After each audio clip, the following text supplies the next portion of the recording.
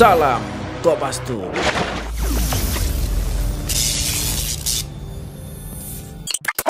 Assalamualaikum warahmatullahi wabarakatuh.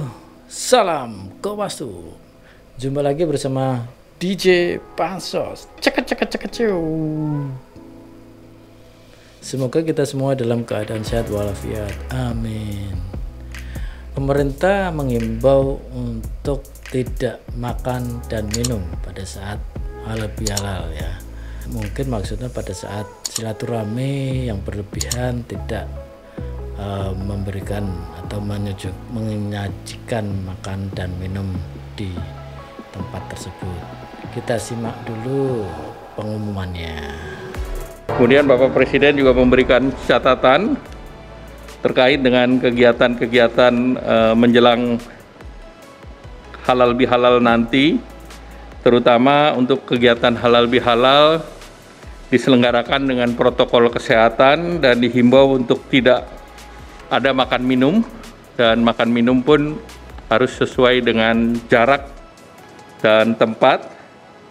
Kemudian juga terkait dengan kegiatan yang di tempat hiburan ataupun di tempat keramaian, ini dilakukan sesuai dengan protokol kesehatan dan juga sesuai dengan kapasitas.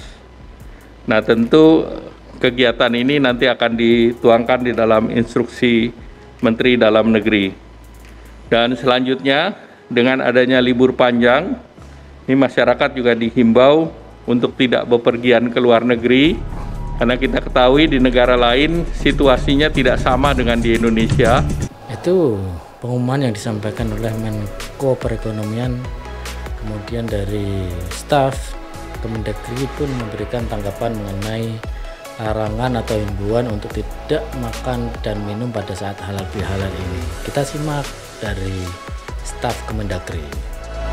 Surat edaran mengenai halal bihalal ini diterbitkan atau dikeluarkan untuk memastikan bahwa pelaksanaan halal bihalal ya itu tetap memperhatikan level masing-masing daerah, karena walaupun level, atau saya ulangi,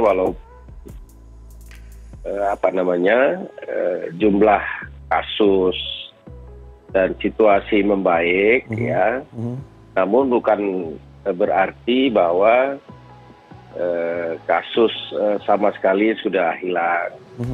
Sampai hari ini misalnya kami mencatat ada penambahan kasus harian itu 522 dan kematian ada di 27 jiwa atau orang.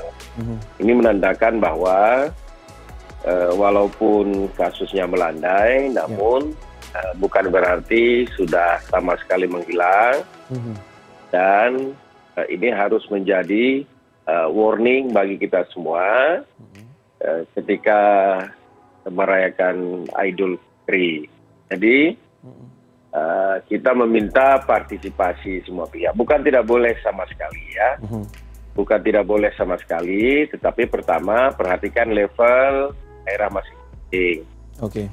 Ya, bagi dengan jumlah yang tidak terlalu ramai ya, di bawah 1 orang, di bawah 100 orang, itu diizinkan ya untuk halal bihalal dengan makan bersama.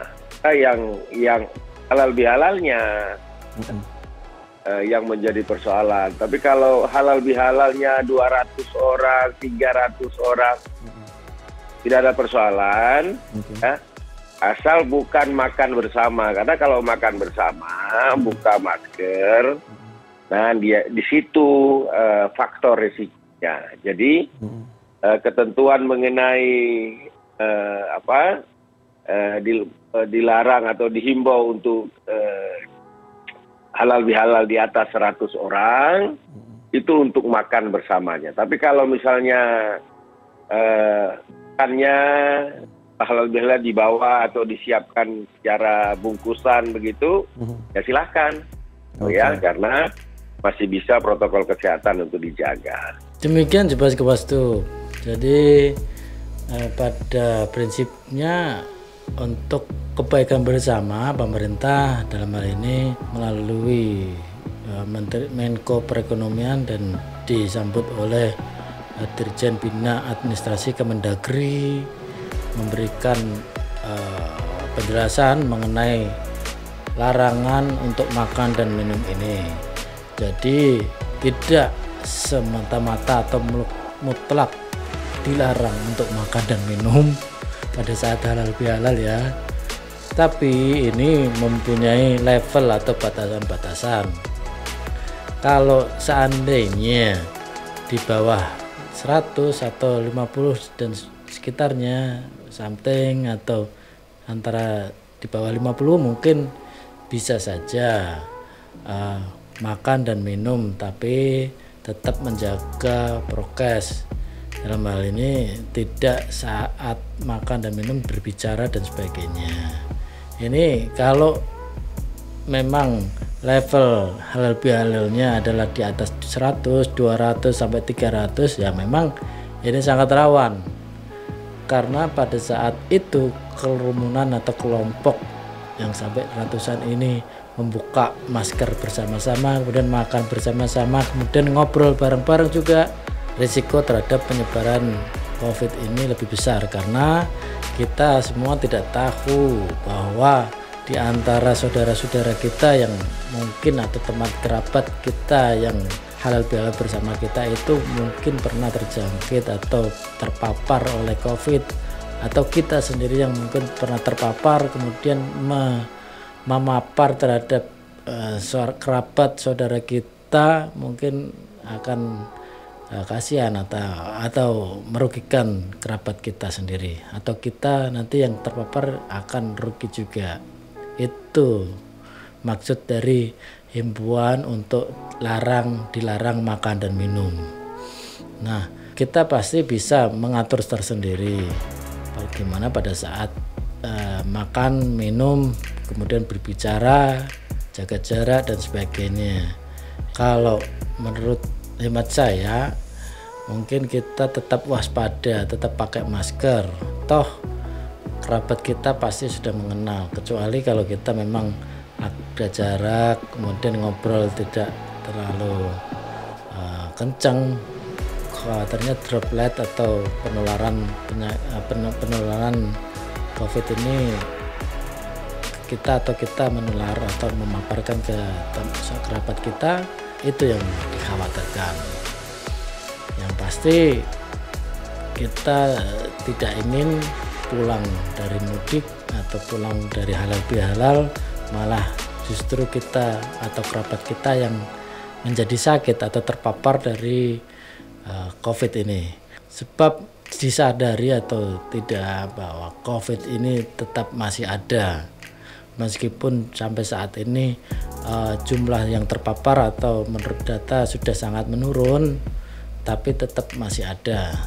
Kita tetap perlu waspada. Semoga pada saat halal bihalal nanti semuanya tetap sehat, berangkat halal bihalal sehat, pulang halal bihalal juga tetap sehat. Makan-makan, minum-minum diatur sedemikian rupa sehingga kerawanan sampai tersebarnya COVID atau terpaparnya COVID ini bisa diminimalisir.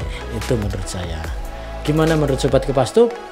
Silakan tulis komen sarannya, atau mungkin mau ngajak makan-makan bersama pada saat nanti pulang kampung kita, kalau memang di daerah jika saya terima undangannya ya. Itu. Terima kasih sudah pandangin video kita. Jangan lupa pandangin video-video kita yang lain yang ada di playlist. Sampai jumpa. Salam Kepastup. Wassalamualaikum warahmatullahi wabarakatuh.